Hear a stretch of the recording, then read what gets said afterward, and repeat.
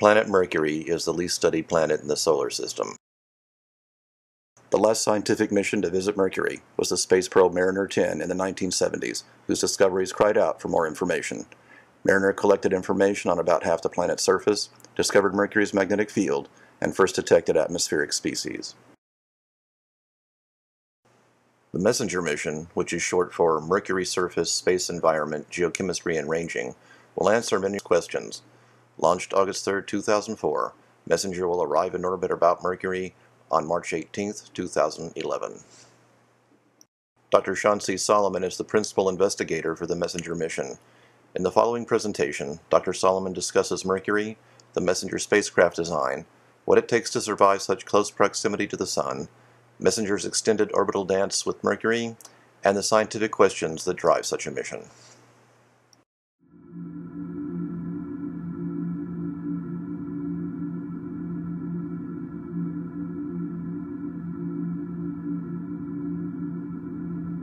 Mercury, of course, is the closest planet to the Sun. It has almost no atmosphere. The atmosphere is extremely tenuous, so tenuous that the molecules in the atmosphere don't even collide. That means that the surface of Mercury is bathed in sunlight on the day side and exposed to outer space on the night side. And the diurnal variation in temperature is 600 degrees centigrade, 1100 degrees Fahrenheit between day and night. Day and night is pretty unusual on Mercury. Mercury is the only object in the solar system that is in a spin-orbit resonance in which 3 days equal 2 years, 2 revolutions around the Sun, with the result that if you were standing on the surface of Mercury, the time between successive passages of the Sun overhead, local noon, would be 2 years. When Mariner 10 flew by Mercury 3 times in 1974 and 1975, the one and only spacecraft ever to visit Mercury before now, it imaged a little less than half the planet, about 45% of the planet. In fact, I'm holding a globe of Mercury, and you can see in brown the part of the planet that was imaged by Mariner 10, and you can see in dark gray the part of the planet that we've never seen close up by spacecraft.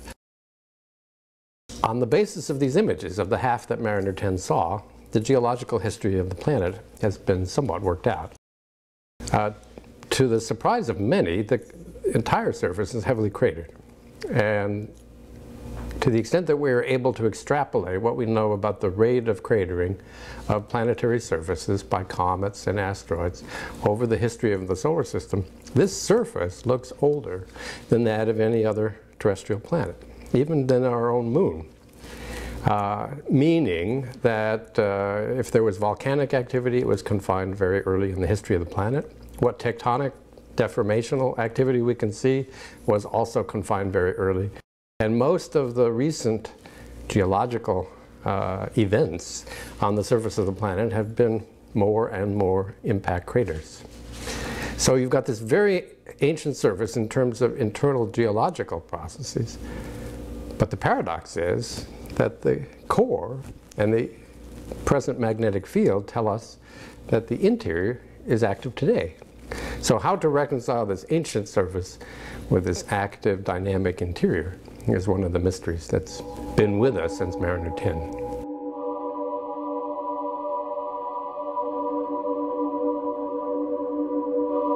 To get into orbit around Mercury, MESSENGER must fly by the planet Mercury several times. This lengthens the mission, but it means that we get return of scientific data far before we get into orbit. We use those flybys to take energy out of the orbit of the spacecraft around the Sun so that we can eventually do an orbit insertion burn. And each time we fly by Mercury, the orbit of MESSENGER gets a little closer to the orbit of Mercury around the Sun. The very first flyby is in January of 2008, January 14th to be precise.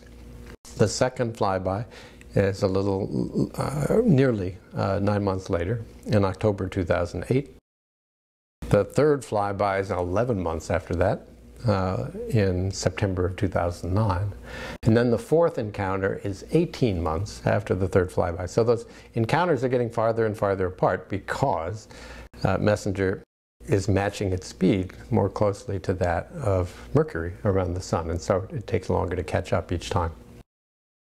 Each one of those flybys will have a broadly similar geometry with respect to the planet, although not with respect to longitude. The spacecraft will approach from the night side of the planet. So most of the planet will be in darkness. There'll be a crescent of lit material that we will focus on primarily to make sure that our navigation is spot on, so that we can make any correction as needed prior to the closest approach. The closest approach will be about 200 kilometers, about 120 miles off the surface of Mercury for all three flybys. And then as we depart from the planet, we'll be looking back toward the planet. Most of it will be in daylight, and we'll be taking images, we'll be making image mosaics, we'll be making spectral measurements of the surface, we'll be looking at Mercury's atmosphere, trying to find new species. By flying as close as 200 kilometers to the surface, we'll be well inside Mercury's magnetosphere. We'll be making the highest resolution measurements yet made of Mercury's magnetic field. We'll see the major boundaries of the magnetosphere through the magnetic field and through the energetic and plasma spectrometer instrument. In terms of imaging, the first flyby will see almost half the planet. And one of the wonderful outcomes of this particular mission design is that about half of the part that we will see will be new, will be this gray area that Mariner 10 never saw. On top of that, the second flyby in October of 2008, we'll see the other half of Mercury. Almost precisely the opposite side of Mercury will be sunlit from the part we see this coming January. So by the time 2008 has ended, we will have imaged more than 90% of the surface of Mercury in a variety of resolutions in color, but some of those resolutions will be substantially better than Mariner 10.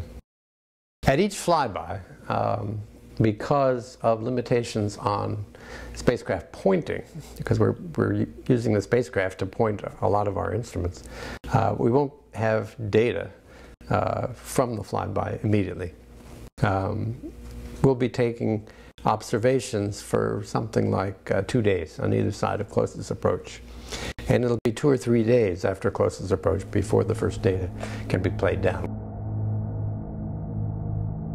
There's never been a spacecraft before that attempted to orbit the planet Mercury. Once we're in orbit around Mercury, we face a severe thermal challenge. In fact, there's two of them. One is the Sun, because the Sun is as much as 11 times brighter at Mercury's orbit than it is at Earth's orbit.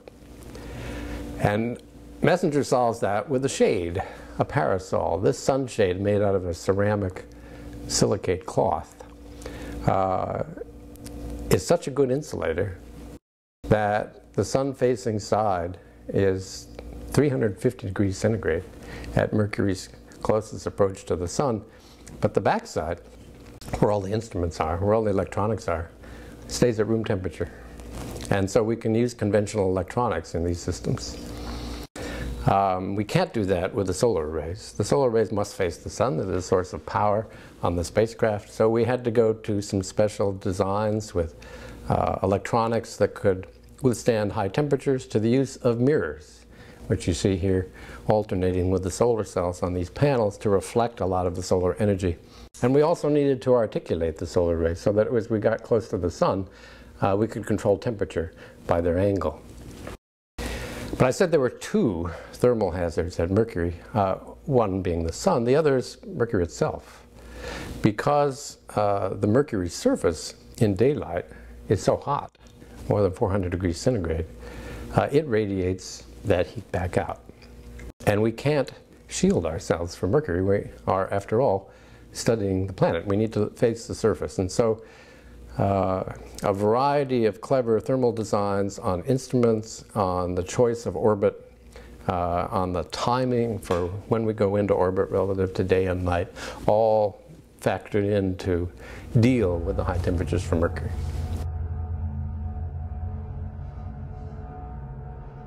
The MESSENGER mission was conceived, was wrapped around 6 science questions that we hope to address. And those science questions have been with us since Mariner 10. They have to do with fundamental aspects of the composition, the makeup, the evolution of Mercury, but also they are questions that we think we can answer from an orbiting spacecraft, from measurements we can make from orbit, and they are questions that bear on the family of inner planets that includes Mercury and of course also includes our Earth. The first question is, how did the inner planets form?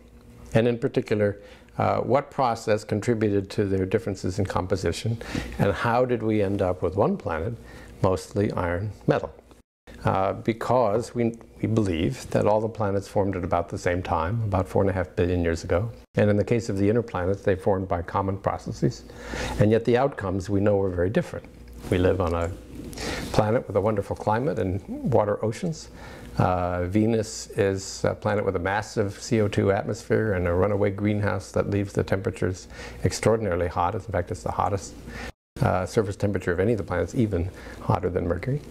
Mars had possibly benign climates early in its history, but now is a cold and largely arid desert.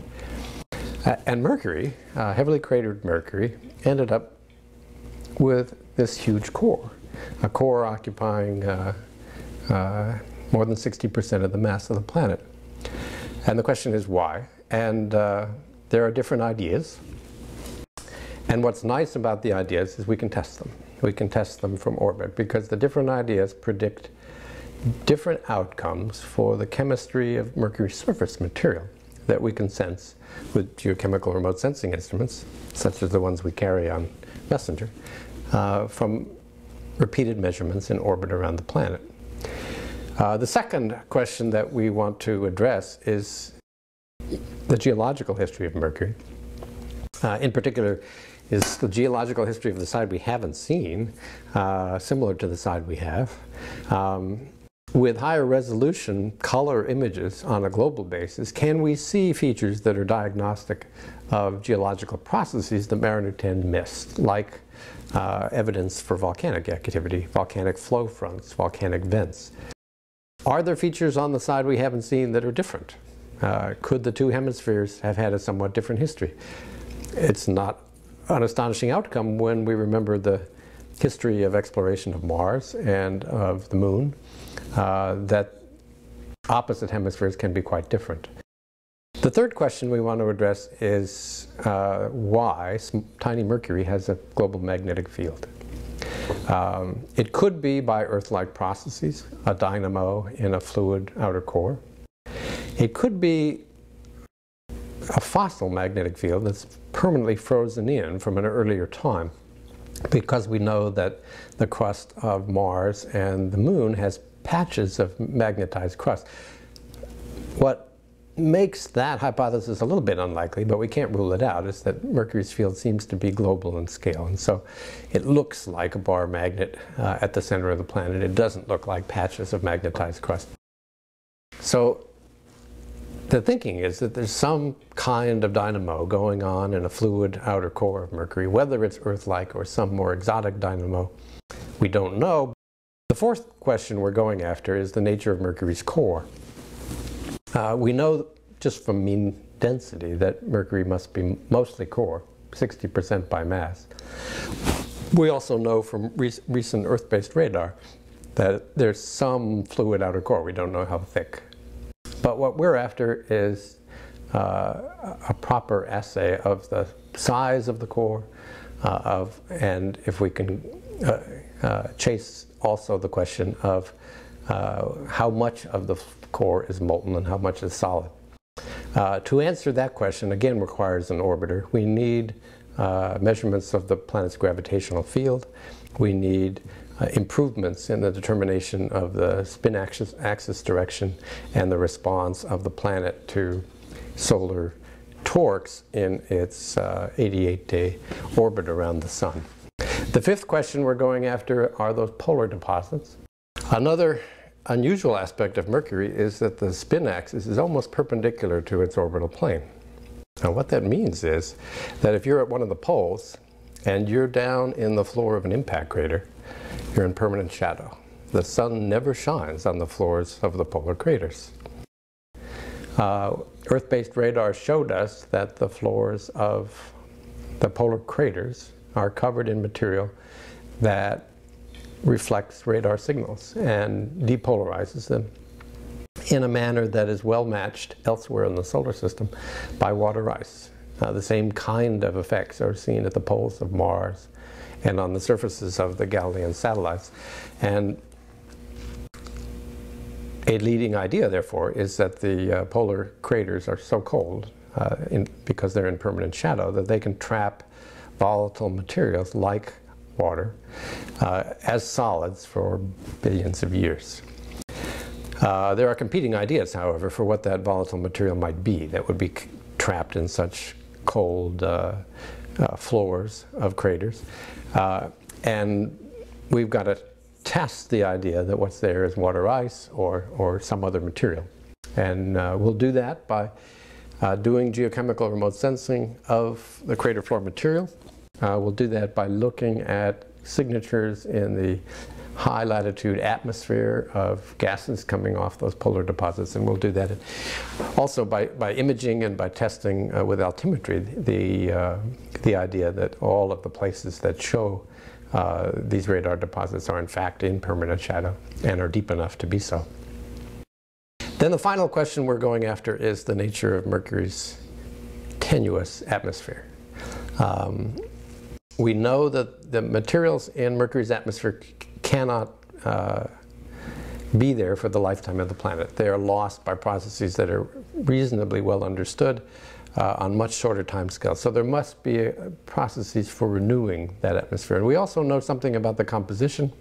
Mariner 10 measured the presence of hydrogen and helium and oxygen, and Earth-based astronomers have discovered some additional species, particularly sodium, potassium, calcium. And those last three species are so abundant in the atmosphere they can't come from the solar wind. They must come from material at the surface of Mercury. So they're either telling us about Mercury's intrinsic material or about material that has been sent to the surface of Mercury as a result of impacts of asteroids and comets.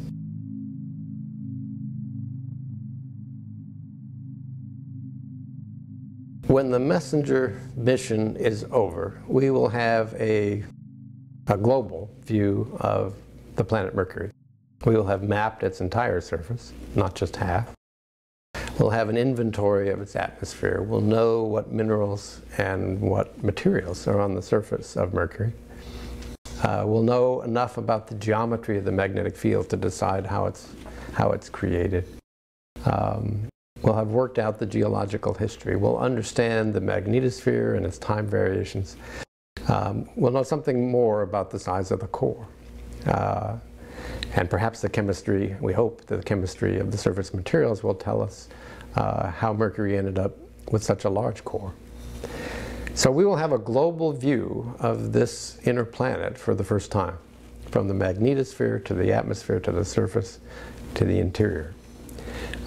We'll know something about what it's made of.